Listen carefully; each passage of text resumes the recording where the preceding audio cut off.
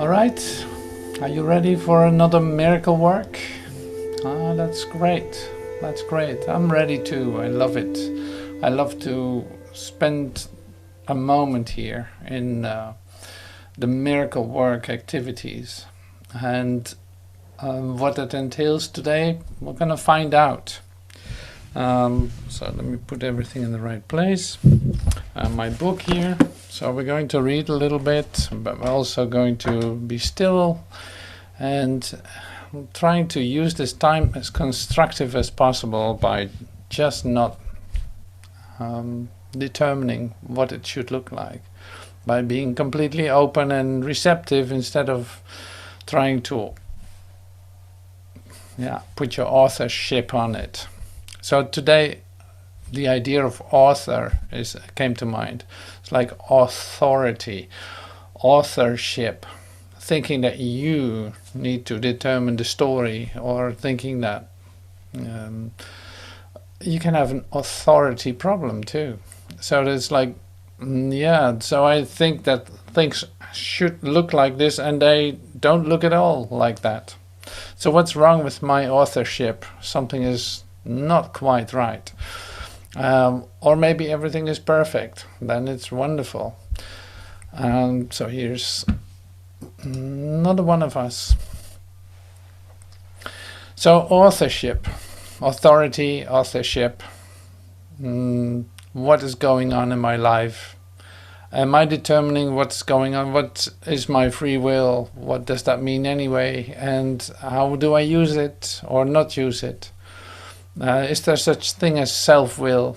And these are just some questions. But the great thing is we connect now with the authority with a capital A. And we do that by becoming still. So there's a little bit of an instruction right there. It's like you become still in order to come in touch with your true authority. And authority has a certain sound to it, right? Authority. That sounds really different than author. Like being an author is you just write a story and you're going to have a good time doing so. But authorities, that immediately feels like something that is opposing you, doesn't it? I feel that when I hear that. It's authority. Great authority. So now here's an authority with a capital A that's not opposing you at all, but you might experience it that way. See, all this I love to look at, and especially because it's a magnetic force. It can attract, or it can repulse. It can do all kinds of things. So the authorship. Okay, I'm looking at who's coming in. Yeah, hi, welcome. Thank you for being here, everyone. Thank you so much for joining today. That's so great. And so starting with coming in touch with the authority with the capital A, we use always something. It's like sometimes it's a prayer, sometimes it's I read the review lessons, which are always very helpful. Maybe I'll do that today too. So I'm using the 20-minute book as this little intensively used book by me, booklet. And so I'm just opening it at a page. I see no neutral things. So sit with me and relax and let this come to you, because it's really helping you to, in fact, to get out of the way. But why would you do that? We're going to talk about that later, but just let it happen for now. I see no neutral things. What I see witnesses to what I think. If I did not think, I would not exist, because life is thought. Let me look on the world I see as the representation of my own state of mind. Let me look on the world I see as the representation of my own state of mind. Well, that's good to know. I know that my state of mind can change. And so I also know that the world I see can change as well. I am not alone in experiencing the effects of my seeing. I have no private thoughts. If I have no private thoughts, I cannot see a private world. Even the mad idea of separation had to be shared before it could form the basis of the world I see. Yet that sharing was a sharing of nothing. I can also call upon my real thoughts, which share everything with everyone. I can also call upon my real thoughts, which share everything with everyone. So that are my real thoughts. As my thoughts of separation call to the separation thoughts of others, so my real thoughts awaken the real thoughts in them. Oh, as my thoughts of separation call to the separation thoughts of others, so my real thoughts awaken the real thoughts in them. And the world my real thoughts show me will dawn on their side as well as mine. I am not alone in experiencing the effects of my thoughts. I am alone in nothing. Everything I think or say or do teaches all the universe. A son of God cannot think or speak or act in vain. He cannot be alone in anything.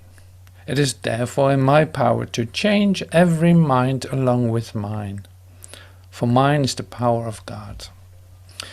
I am determined to see. Recognizing the shared nature of my thoughts, I am determined to see. I would look upon the witnesses that show me the thinking of the world has been changed.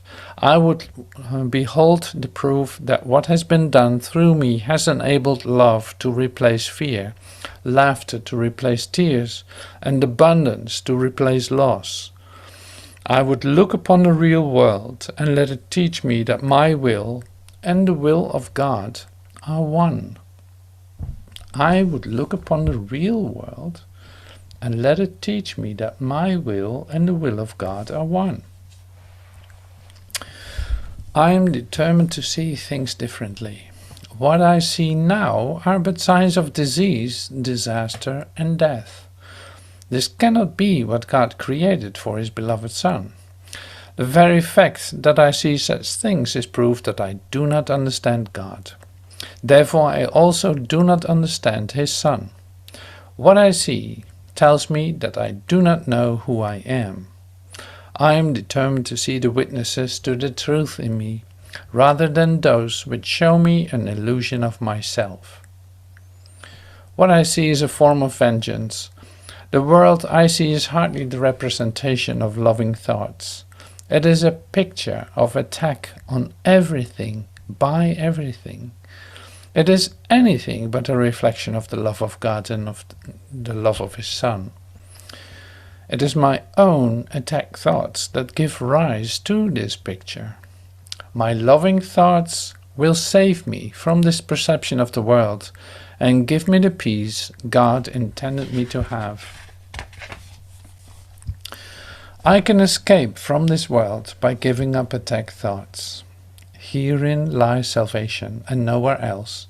Without attack thoughts, I could not see a world of attack. As forgiveness allows love to return to my awareness, I will see a world of peace and safety and joy. And it is this I choose to see in place of what I look on now. I do not perceive my own best interests. How could I recognize what my own best interests are when I do not know who I am? What I think are my best interests would merely bind me closer to the world, What I think are my best interests would merely bind me closer to the world of illusions. I am willing to follow the guide God has given me to find out what my own best interests are, recognizing that I cannot perceive them by myself. I do not know what anything is for. To me, the purpose of everything is to prove that my illusions about myself are real. It is for this purpose that I attempt to use everyone and everything. It is for this that I believe the world is for. Therefore, I do not recognize its real purpose, and the purpose I've given to the world has led to a frightening picture of it. Let me open my mind to the world's real purpose by withdrawing the one I have given it and learning the truth about it. My attack thoughts are attacking my invulnerability. How can I know who I am when I see myself as under constant attack? Pain, illness, loss, age, and death seem to threaten me. All my hopes and wishes and plans appear to be at the mercy of a world I cannot control. Yet, perfect security and complete fulfillment are my inheritance. I've tried to give my inheritance away in exchange for the world I see, but God has kept my inheritance safe for me. My own real thoughts will teach me what it is. Above all else, and this is the last one I'm reading, above all else, I want to see. Recognizing that what I see reflects what I think I am, I realize that vision is my greatest need. The world I see attests to the fearful nature of the self-image I have made. If I would remember who I am, it is essential that I let this image of myself go. As it is replaced by truth, vision will surely be given me, and with this vision I will look upon the world and on myself with charity and love. Above all else I want to see. So recognizing that what I see reflects what I think I am, I realize that vision is my greatest need. Okay, so this is our introduction today. Introduction into, oh yeah, wait a minute. Oh yeah, this is what I'm doing indeed. Oh yeah, I have a tendency to continuously attack everything to prove that I'm right, or to prove that I can be who I think I am. That just goes on and on and on. So you see that reflected in all the conflicts that you're meeting, and in all the apparent loss, death, disease, death, disaster, all this stuff, the 3D varieties, all this stuff that comes up is just an expression or a reflection of my attack upon myself. So this is a bit what we're looking at today. It's like the attack thoughts are attacking my invulnerability. So, but I get something out of it. I'm trying to get something out of it, and part of that is my self-identification. Like I actually feel that even though it's a mess, or even though it's not really working out, I'm literally composing here my own script, and I'm keep doing that, because if I give that up, what am I going to do? So you're so say accustomed and so in fact you're raised like it. As a child, you're raised like picking up your own script and make something of it, and working through it and giving it shape and all that. So it's like the last thing you want to do is give that up, and this is really what we recognize in our transformational path too. It's like there's a script. You want that script to continue. You want to see the continuity. You have visions about your plans, your future, your everything, and you want that to happen. You want that to become true to you. You have your value system, and you have your dreams, and you want to make them true. You want to see them fulfilled. Well, this is really interesting if you look at the whole idea of self-identification, because then it's like, so that's not really working out at the same time. So things fall apart, things don't work out, and you see that it's really hard work to get that together, so to speak. And at the same time, it always looks different anyway. So it never worked out the way you thought it would. That's the nature of this place. And then when you think you reached it, it was not really even what you wanted. And this is my experience. Like, you didn't even want that. You're going for it, you're trying it, but it was not what it appeared to be at all. And there's actually no exception out of that. It's like it's never different than that. So you grasp for a goal to achieve, and the moment you think you have it, it is something that you didn't even want. It's like it dissolves right there. And this is from every form of temptation, or every form of that you have in mind to achieve. Like, if that would be the case, then I'm really there. Then I get what I want. Then I see a fulfillment that I was looking for. So there's nothing wrong with having dreams and having goals that you want to achieve, but it is just, if you think that you're going to achieve something that you don't have now, then it's going to be a disappointment. And so, but I will not, well, I said a lot already, but it's like, we're going to dive into chapter 3, continuing doing that. We're getting to the new section of it, and it has everything to do with authorship, writing your script. Who are you listening to? What are you shaping here? What is necessary? Is there a conflict of authority in the script? Or is there a script ready anyway that you only have to follow? So, and how's that working out with my free will? Am I doing what I want to do? Or is there something going on that I feel like it's not what I want to do? And what is opposing me then? I know that these themes will be in the text here, but we'll see. So here's another, so the title of the section is this. It's on page 50 of the Urtext manuscripts in the book, in this big book, you know, the big one. Judgment and the authority problem. Okay, so we're talking about judgment too, because it has to do with how are you looking at things.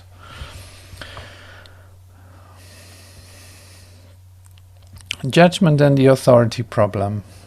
We have already discussed the last judgment in some, though insufficient detail. So after the last judgment, there isn't any more. This is symbolic only in the sense that everybody is much better off without judgment. When the Bible says, "Judge not, that ye be not judged," it merely means that if you judge the reality of others at all, you will be unable to avoid judging your own. The choice to judge rather than to know has been the cause of the loss of peace. Judgment is the process on which perception and not cognition rests. We covered this before in terms of selectivity. Evaluation was set at the time to be its obvious prerequisite. So they can read with me, that's much better. Let me see. So I'm putting this on the big screen here. So that was G, we go to H.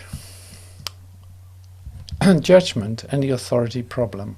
Okay, so we have already discussed that the last judgment, I'm not going back to that, in some, though insufficient detail. After the last judgment, there isn't any more. This is symbolic only in the sense that everybody is much better off without judgment. Well, we all can agree with that. When the Bible says, "Judge not, that ye be not judged," which I really love to read, you know, "Judge not, that ye be not judged." It's like, oh, that's such a great lesson. It merely means that if you judge the reality of others at all, you will be unable to avoid judging your own.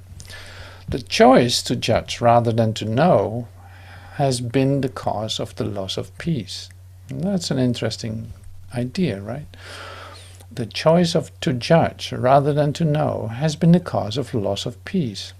So is that still going on?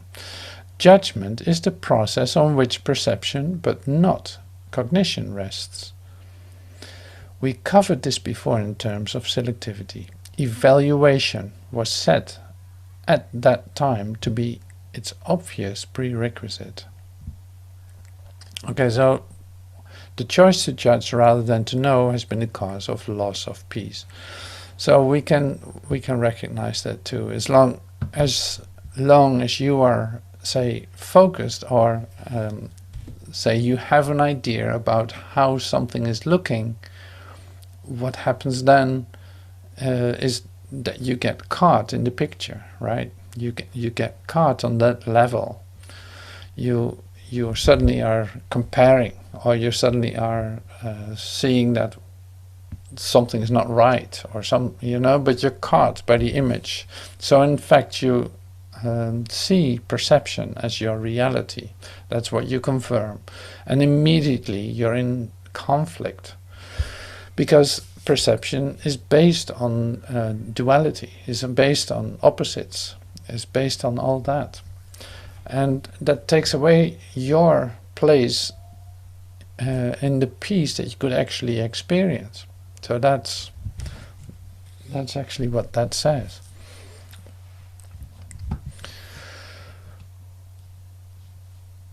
Judgment is the process on which perception, but not cognition, rests. So it has nothing to do with cognition, with knowing, with thinking rightly, like right-mindedness. We covered this before in terms of selectivity. Evaluation was set at the time to be its obvious prerequisite.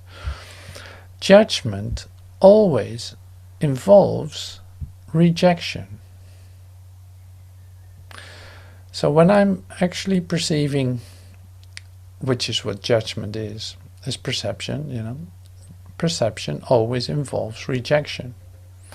It's not an ability, it is not an ability which emphasizes only the positive aspects of what is judged, whether it be in or out of the self.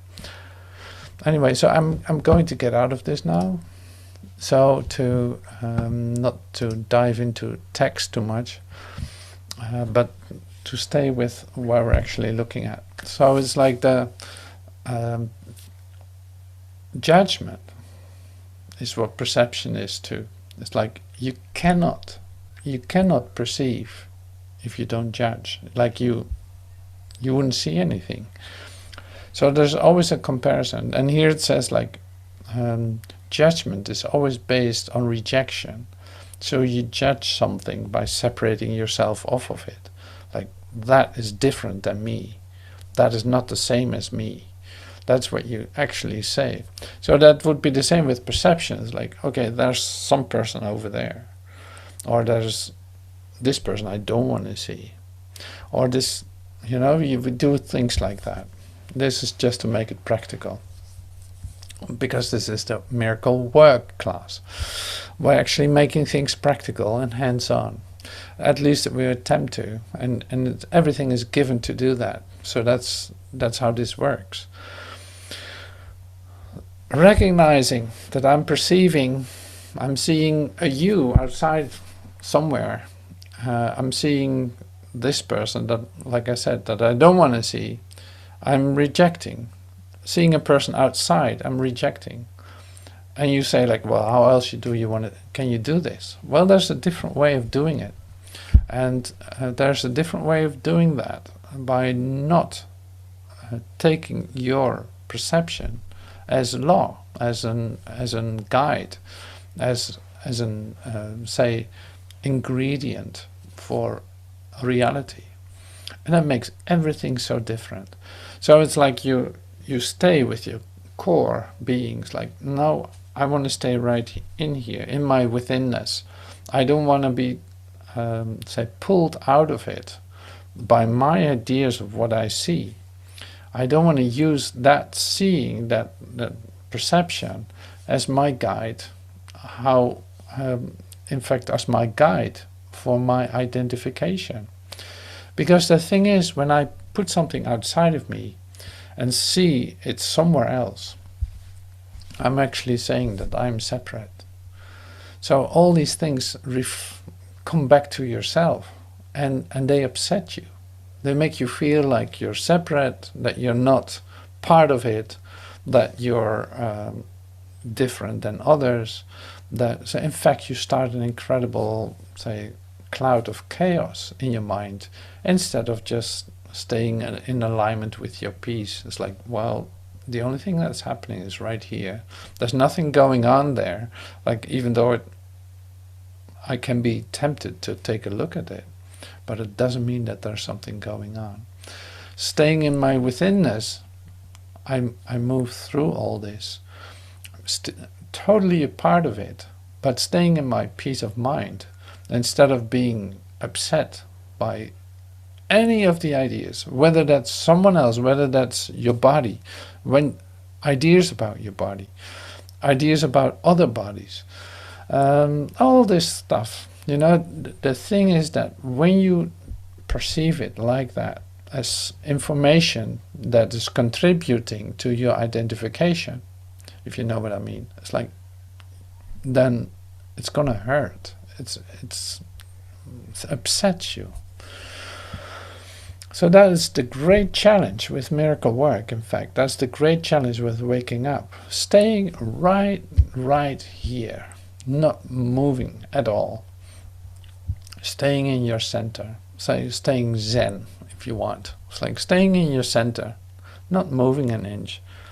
The perceptions come and go. They change all the time anyway. It's like that's no information that contributes to my identification. And that means that if I see something that has a potential potential to upset me, then I stay right here and breathe and relax without responding to it directly as I would as a human being, but staying just in my peace, taking that as my most precious thing inside myself, like the most precious connection that I have. Then I'm not pulled out of it, then I'm not projecting, then I'm not attacking, but breathing and seeing that I'm the center of it.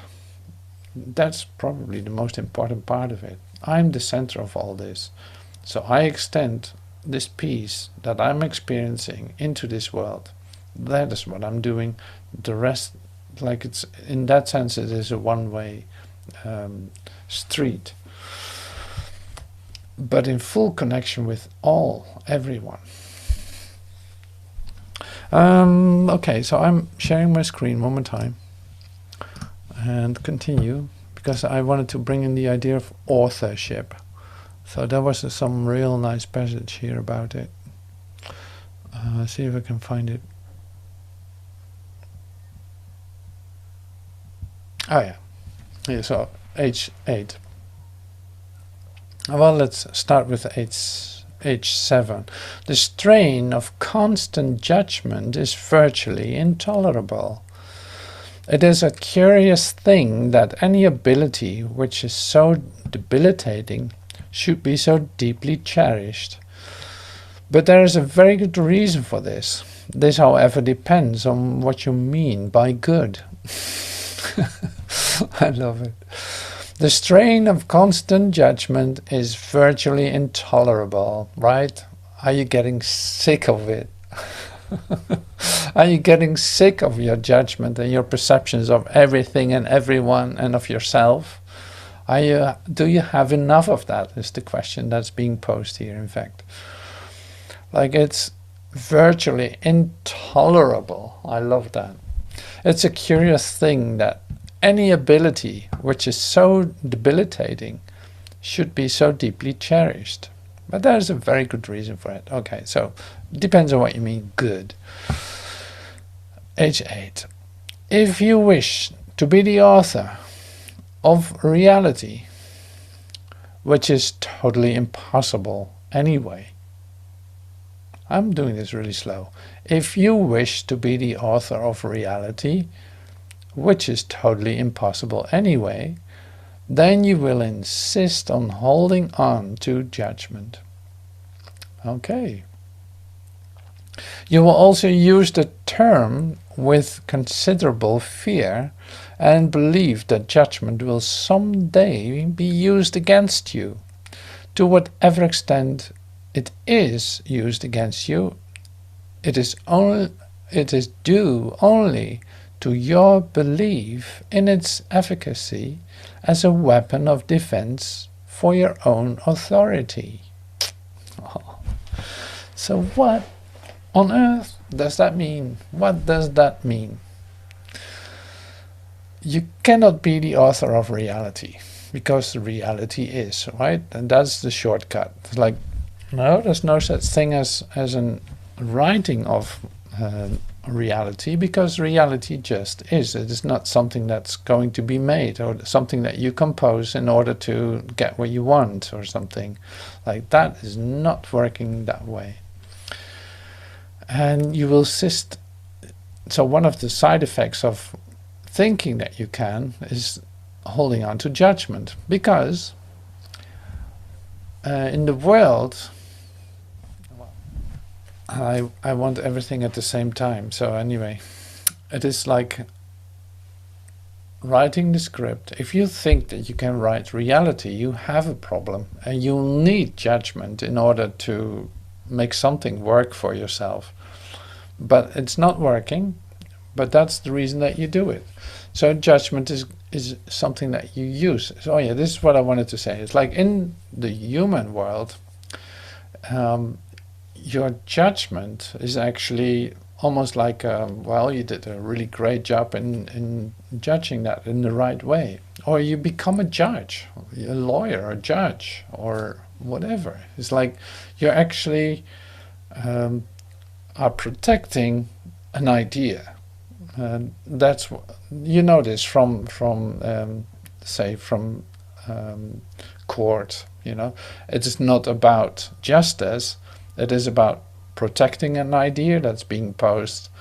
And if you can't prove that the idea isn't true, then it is true in court. And then that's like great example for twisting, in fact, twisting reality, twisting what is actually has occurred, is not happening at all, has no reference, has no reality whatsoever. It's like it's not about justice in court. It is about protecting an idea. This is the idea about this person.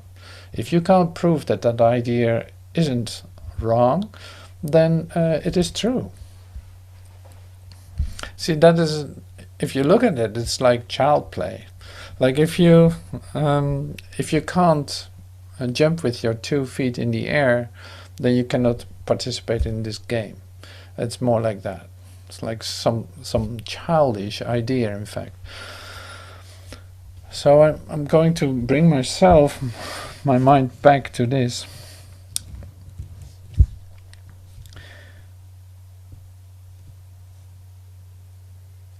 Oh yeah, you will use the term with considerable fear and belief that judgment will someday be used against you, right? So that is more like if I'm determining and I'm judging and thinking that actually there's a vision connected to my judgment, like I really know what I'm talking about, I have a lot of experience, I have this and that, and knowledge, human intellectual knowledge, and I'm using all that, so my position is really strong. So, but you're protecting it so well, and at the same time you start to feel so fearful because you have to hold up something that you might get against yourself too. So it is a total unsafe and not peaceful situation at all. Like it would be nice in court if something would be solved in a way that peace was suddenly present for everyone in the situation, then it would have been resolved. But that is hardly likely to happen in courtroom as we know it. So that's interesting. That's really interesting. So to whatever extent it is used against you is due only to your belief in its efficacy as a weapon of defense of your own authority. Well, that speaks for itself too. It's like, okay, if I build up enough case against this one idea, then and I believe in what I'm doing here. I believe that I have a real good chance, and that my arguments, my reasons why I bring this in are very good. Then I have a chance to win this case, in fact. So it's like taking court as just as an idea, as a lawsuit, taking that as an idea. It is interesting to do it this way. Like, I bring in a lot of information, some latest pictures, some latest proof and evidence of what has occurred in order to consolidate my argument. And that can only have an effect in my dream, in fact, if I believe that these parts, these little papers, these copies, these little objects that are brought in that to solidify my case have a value. Otherwise I would see what does it bring me. So you can see it like that too in a court case. It's like, imagine that you want peace for all the ones that are there. It's like you want a solution that will bring everyone peace. You would have a whole different attitude in court too. But see yourself as in your relationships as being in a judgmental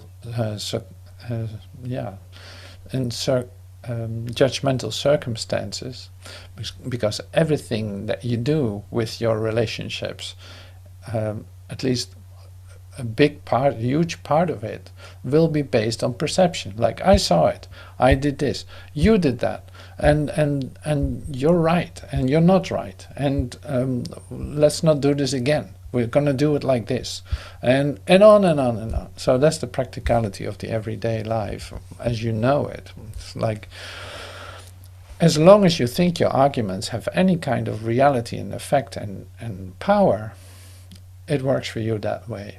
If you let that all crumble, in fact, if you let that all fall apart, in order to save your peace, then it's very simple.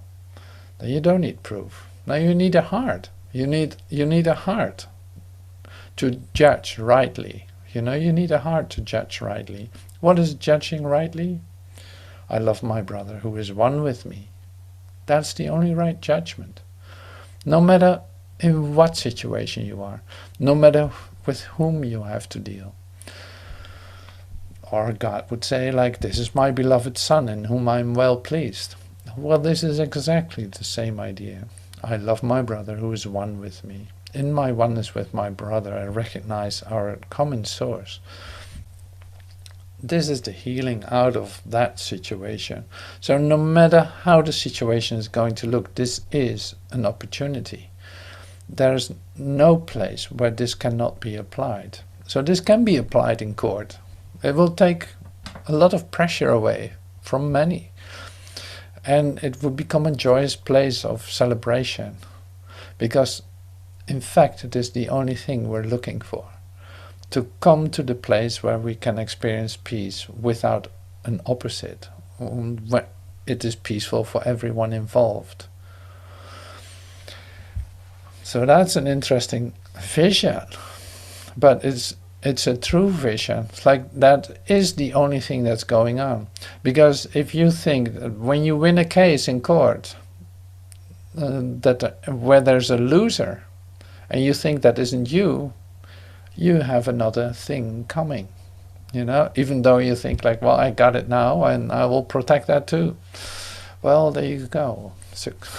Lots of success.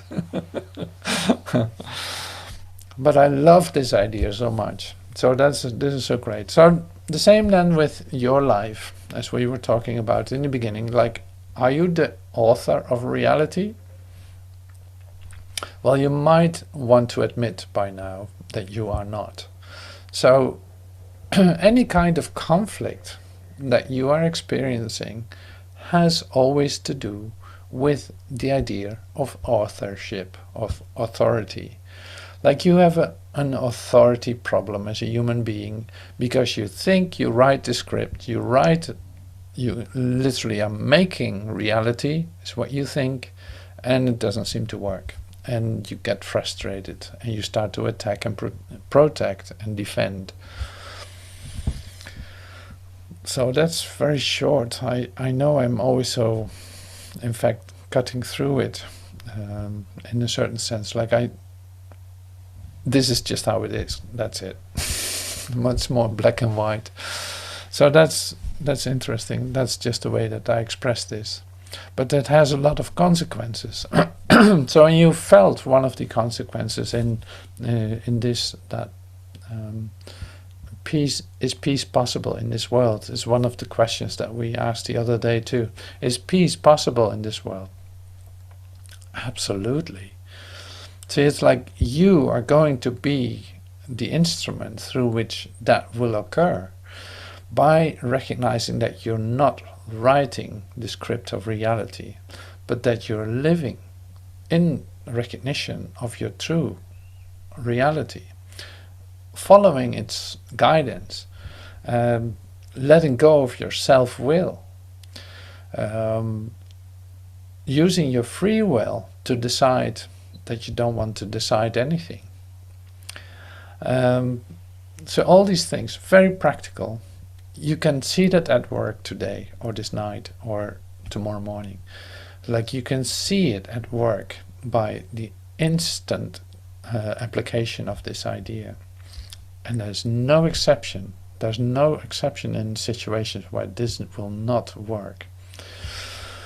So I don't want to try to sound too fanatic in this, but it is like there's no two ways about it. That's always with, you either put your trust in perception and your ideas about how everything looks and how it's supposed to look, or you step back and let reality tell you how to move in this, how to how to take your next step, for instance, or to stand still in recognition of the fullness and completedness of this all.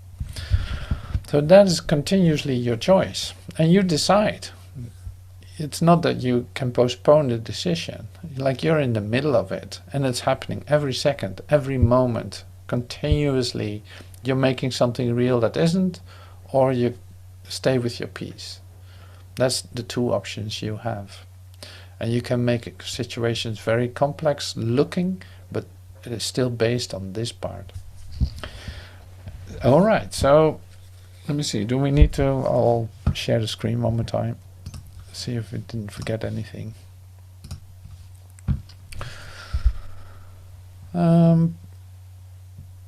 The issue of authority is really a question of authorship. When an individual has an authority problem, it is always because he believes he's the author of himself and resents his own projection that you share his delusion in this respect. He then perceives the situation as one in which two people are literally fighting for his own authorship. This is the fundamental error of all those who believe they can usurp the power of God. The belief is very frightening to them, but hardly troubles God at all. He is, however, eager to undo it, not to punish his children, but only because he knows that it makes them unhappy. Souls were given their own true authorship, and men prefer to remain anonymous when they choose to separate themselves from their author. The word authority has been one of the most fearful symbols ever since. Authority has been used for great cruelty, because being uncertain of the true authorship, men believe that their creation was anonymous. This has left them in a position, and we go here, position where it sounds meaningful to consider the possibility that they must have created themselves. Okay, I'll leave it for now here.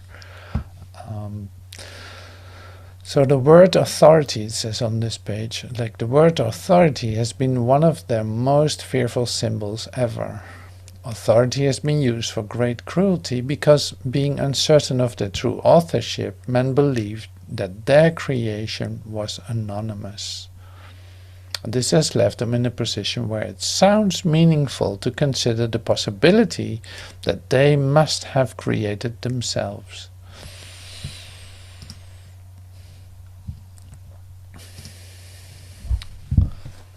And say, considering the possibility of creating yourself, considering the possibilities also, it's like trying to prove it to yourself that you, say, are your own authority, and thinking that that's a good thing. You know, it's like that's still one of the gods, so to speak. It's still one of the things that is being sold all over the place, everywhere. It's like leadership. Like leadership is really like a part of activity of human beings in this world that is very popular. You take a leadership of your own life, and of course you do, but not as a separate entity that tries to prove itself to itself. So it's always the 180 degrees upside down. Like, if you recognize true authorship, if you are in a position of authority in the world, and you would recognize your true authority, then you would cease to speak. You would be quiet. It's like, what do you need to add to that? And look at what happens when you try to add something to reality. It's like, oh, it's so messy. It's such an incredible mess. I can't believe it. And then it's always related to fear. So it comes back to you as fear. You start to feel your uncertainty in that what you think you want.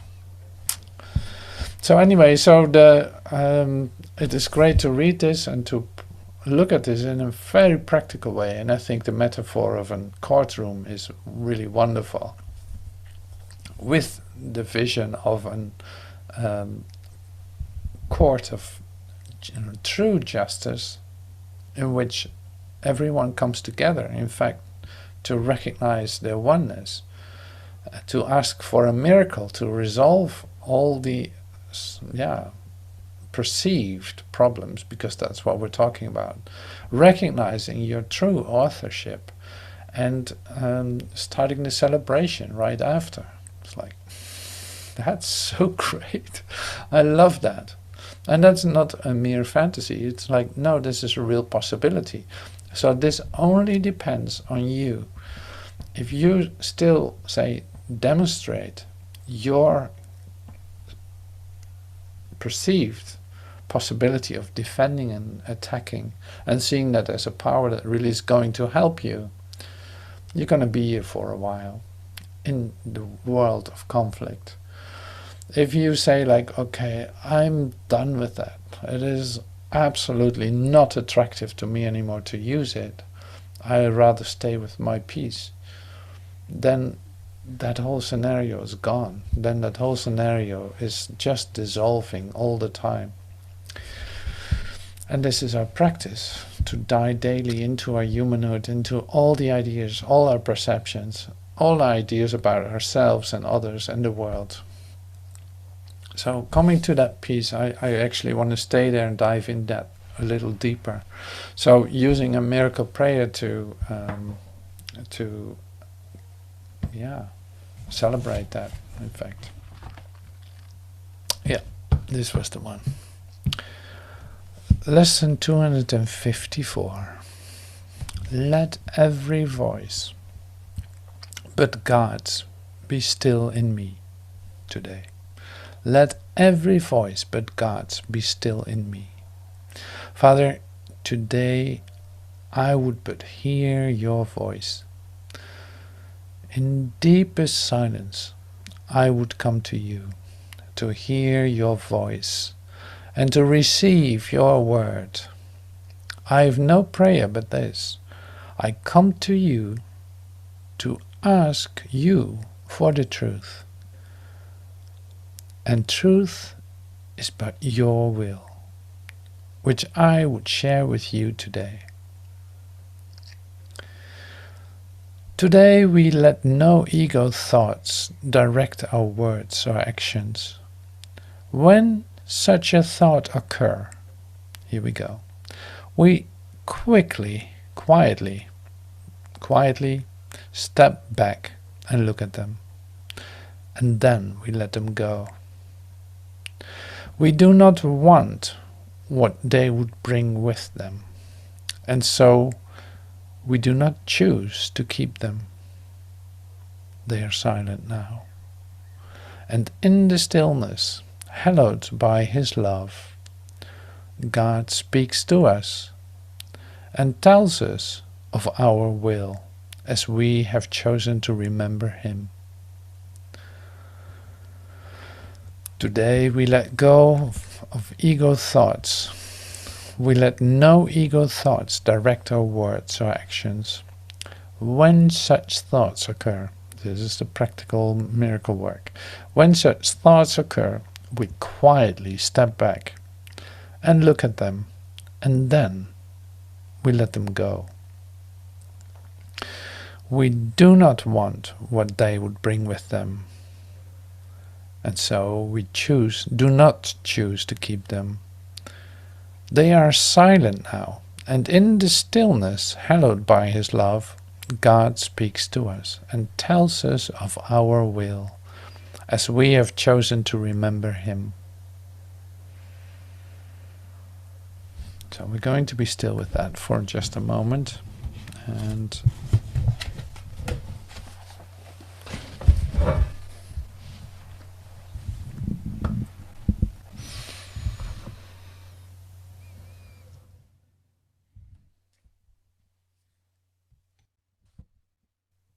let every voice but God's be still in me.